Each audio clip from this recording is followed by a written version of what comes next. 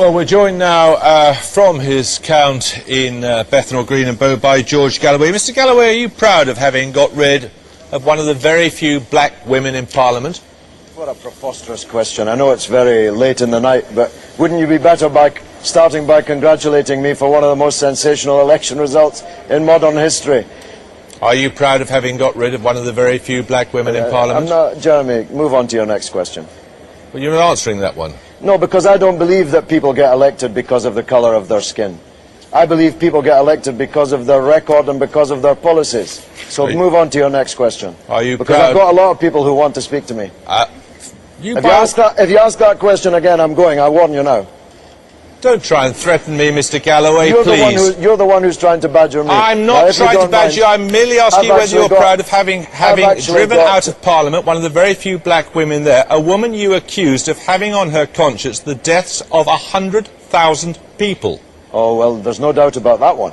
There's absolutely no doubt that all those new Labour MPs who voted for Mr. Blair and Mr. Bush's war have on their hands the blood of 100,000 people in Iraq, many of them British soldiers, many of them American soldiers, most of them Iraqis, and that's a more important issue than the colour of her skin. Yes, because you then went on to say, including a lot of women who had blacker faces than her. Absolutely right, absolutely right. So don't try and tell me that I should feel guilty about one of the most sensational election results in modern electoral history because the person I defeated, Mr. Galloway, that Nick Rainsford had you to a T when he said you were a demagogue. I'm sorry?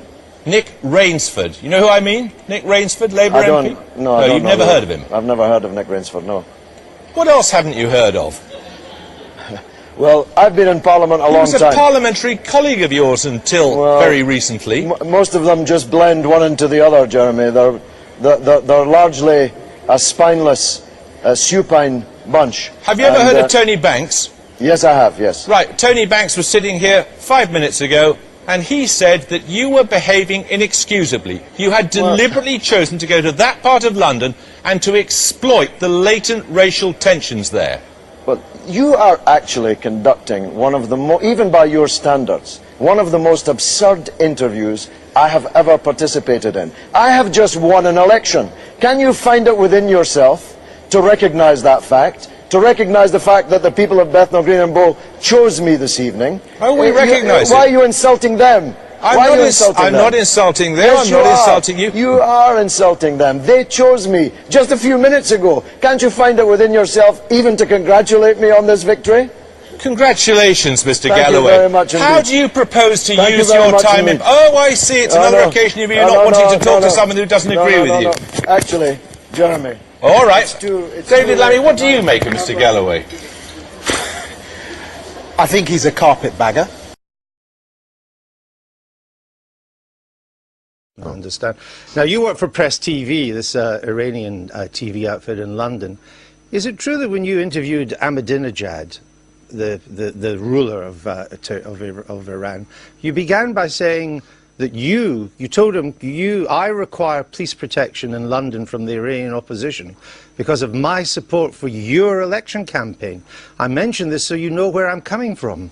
Andrew, I hadn't known I was on trial today. I thought you wanted my expertise on Syria. Did you say that? You used to work for Rupert Murdoch of Fox News. We could, I think, quote some choice things from Fox News, and the short answer is no. I supported Did you say that? I, like ABC, supported the fact that Ahmadinejad won the election. I didn't support his election in any way, and I defy you. You said because of my support for your election campaign. We could lay £1,000 each here on the table, and I can give you my 1,000 if you show me a scintilla of support for his election campaign. Well, I'm simply asking, did you say that to him? No, I said my support for the outcome of the election. That's a different thing. I mentioned this so you know where I'm coming from. Yes, that's right. Would that be conceivable for any BBC interviewer to say to the Prime Minister, leader of the opposition, I'm a big supporter of yours, I just want you to know that before I begin the interview? It's very conceivable on Fox News that you used to work for. Very, very conceivable. The difference is, you see, you think because you support and are associated with right-wing drivel that nobody will cast that up at you. You know, I knew that the you- way you would reply to these questions it would be playing the man rather than the ball. Well, you're the one playing the man, Andrew, and I'm the one you didn't even have the grace. I'm the one you didn't interviewing even, you. You didn't and even if you have the invite me grace. onto your show, I'll answer your You questions. didn't even have the grace to tell me that this is the kind of interview it was going to be. Well, you come on. You are a respected and experienced chap. You're ready for anything that we throw at you. No. Foolishly, I believed you when you said you wanted to talk to me about Bashar al-Assad, dogs in Parliament, and sundry domestic matters. More fool me. All right, we'll leave it on that then. Anita? Well, George Galloway MP is here. Congratulations. Thank you. Are you going to be any more conscientious representing the people of Bradford than you were in Bethnal Green? Oh, don't start by insulting me now. Let's not go Well, off it's on true. a, Come on. let's not No, get off on there's a more serious point here bad because start. you only attended 8% of votes during your time there. As I've explained to you and others many times before, in the Commons you can only vote for the government's motion or the Leader of the Opposition's amendment. And I seldom wished to vote for either in that 5 years. My attendance in Parliament was daily. My attendance in votes depended on what the issue under discussion was. But you know what, Jeremy? I won. You're going to have to get used to that. Oh. I won a great victory. I've already congratulated you. Well, on yes, it. but not sincerely, evidently. No, quite sincerely. No, it is. not I said at all it was sincerely. one of the most epic victories in recent electoral maybe the history. best answer I can give you then is evidently the people of Bradford West think so, because they voted for me in overwhelming number. Well, I'm quite struck by the phrase that you used. We heard it there, the Bradford Spring. It just struck me as an odd form of words for a man who described President Assad's Syria as the last castle of Arab dignity. Please don't think that I'm on trial in front of you, Jeremy. You're No, not fit to be my judge. The people I'm of not Bradford judging you, West, I'm just thinking it's a very odd form of words. Well, evidently the people of Bradford West, who frankly matter to me far more than you do, are the judge of what I say and what I do. And they judged in a democratic election, 18,000 of them, to put their X next to my name. So they evidently were not put off by your misrepresentations of my views about Syria. In fact, you did. I've seen the email. You did describe Assad's Syria as the last castle of Arab dignity. I did in 2005 and 2010, in fact. No, it wasn't in 2010. It was the 14th of August, 2010. No, my speech in Syria was in 2005. No, we're talking about an email, not your speech. When you talked about what a good chap Assad was. I talked about the email you sent. Let me tell, well, that was at the time he was sleeping in Buckingham Palace in the Queen's spare bedroom. He wasn't sleeping in Buckingham Palace in August 2010. The Syrian people are the last castle of Arab dignity. They are the last castle of resistance to Israeli occupation and to imperialist intrigue in the area. But I don't think that was an issue in the Bradford West by-election. But why did you talk about the Bradford Spring? Please accept that a big uprising of people, peaceful, democratic uprising, unknown, unnoticed by you. You didn't send anyone there, the London media didn't send anyone there, and yet it happened. Has to be characterized as something new in British politics. They were not voting on my views about Syria, neither on my views about how to vote in House of Commons divisions, which are largely meaningless to most of them, which is what this discussion really should be about. We're going to get on to that. I just want to get one other point with you, which was this. Why did you say God knows who is a Muslim and he knows who is not? I, George Galloway, don't drink alcohol. I never have. I, George Galloway, have fought for Muslims at home and abroad all of my life. Now, why wouldn't I say that? Well, I'm just interested as to why you found it necessary to say it. Because the Labour candidate was going around campaigning on the twin bases that he was a Pakistani and a Muslim.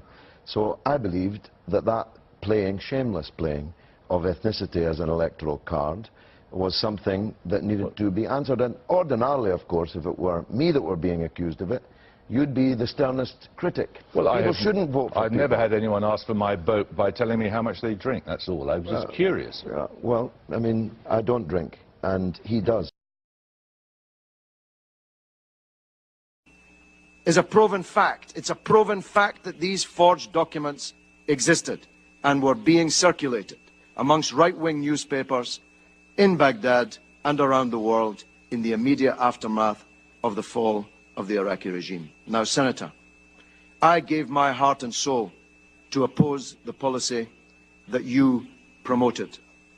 I gave my political life's blood to try to stop the mass killing of Iraqis by the sanctions on Iraq, which killed 1 million Iraqis, most of them children. Most of them died before they even knew that they were Iraqis, but they died for no other reason other than that they were Iraqis, with the misfortune to be born at that time. I gave my heart and soul to stop you committing the disaster that you did commit in invading Iraq.